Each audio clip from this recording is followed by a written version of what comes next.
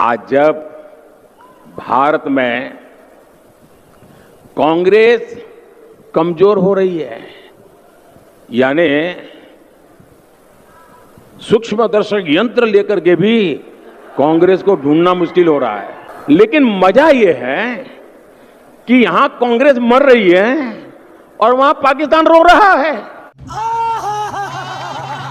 यह बात सही कहा साहब जी ने कि कांग्रेस कमजोर हो रही है, सूक्ष्मदर्शी यंत्र लेकर ढूंढने से भी नहीं मिल रही है, क्योंकि साहब जी अभी तक सूक्ष्मदर्शी यंत्र लेकर ढूंढ रहे थे। जो मिल जाता था उसे मोदी वॉशिंग पाउडर डालकर वॉशिंग मशीन से साफ कर चुके हैं। और मजा इस बात का आ रहा है कि पाकिस्तान रो रहा है। ये हमारे साहब जी को कैसे पता है? हो सकता है कि साहब जी पाकिस्तान के आंसू पोंछने गए हो, तभी पता है। और तीसरा राउंड आते आते साहब जी पाकिस्तान पहुँच ही गए। शायद पाकिस्तान से साहब जी का पुराना नाता है, इसीलिए तो बिना बुलाए बिरयानी खाने पहुंच गए। क्योंकि जब मोर के रोने से मोरनी गर्भवती होती है और हमारे साहब जी के रोने से अंधभक्त पैदा होते हैं।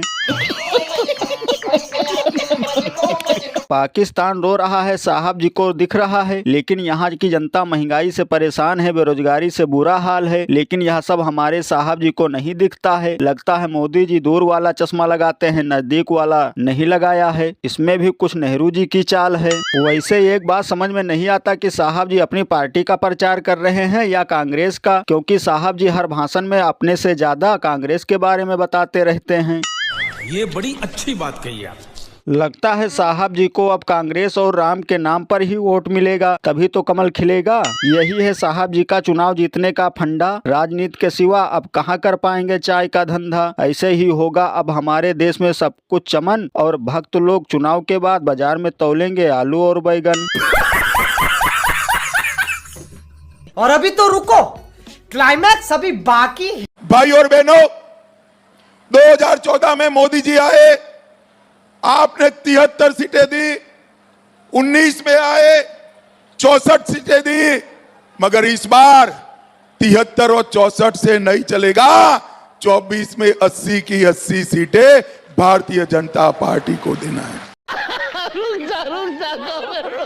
तो सुना दोस्तों, अमित शाह जी को हुआ क्या है। अभी 2 दिन पहले इनको 85 सीटें मिलने वाली थी और अब 80 ही बता रहे हैं। 5 सीटें इतनी जल्दी कम हो गई। अगर ऐसे ही सीटें कम होने लगेंगी तो फिर कैसे होगा अब की बार 400 पार। इसीलिए तो लोग कहते हैं रिटायरमेंट की करो तैयारी, अब की बार इंडिया की बारी। सही पकड़े हैं। और अगर ये साहब जी ऐसे ही सीट घटाएंगे तो भक्त लोग इतनी जोर से कमल का बटन दबाएंगे कि गुजरात के स्टेशन से आवाज आएगी, चाय गरम चाय गरम। हम लोग सीट नहीं होने देंगे खत्म। आप सीट घटाने के लिए चाहे जितना कर लें सितम। मान गए बीजेपी वालों को भैया, जब ये तुरंत सीट घटा बढ़ा सकते हैं और 12वीं के बाद इंटर करवा सकते हैं, 15 लाख को जुमला बता सकते हैं, तो ये कुछ भी कर सकते हैं। अरे बाप रे, ये तो धोती खोल रहा है। लेकिन 2014 में जब 73 सीटें थी और 2019 में 64 सीटें थी, तो 2024 में 80 की 80 कैसे मिल सकती है? बेरोजगारी पर कोई बात नहीं, महंगाई पर कोई बात नहीं, किसानों पर भी कोई बात नहीं, लेकिन सीट जरूर गिन लेंगे ये। यही है इन लोगों का तमाशा। और बाद में इन लोगों से कुछ न रखो आशा, क्योंकि यही है इन लोगों का धंधा। नहीं ये भी आजकल गर्मियों में ढो रहे होते गेहूं का भूसा।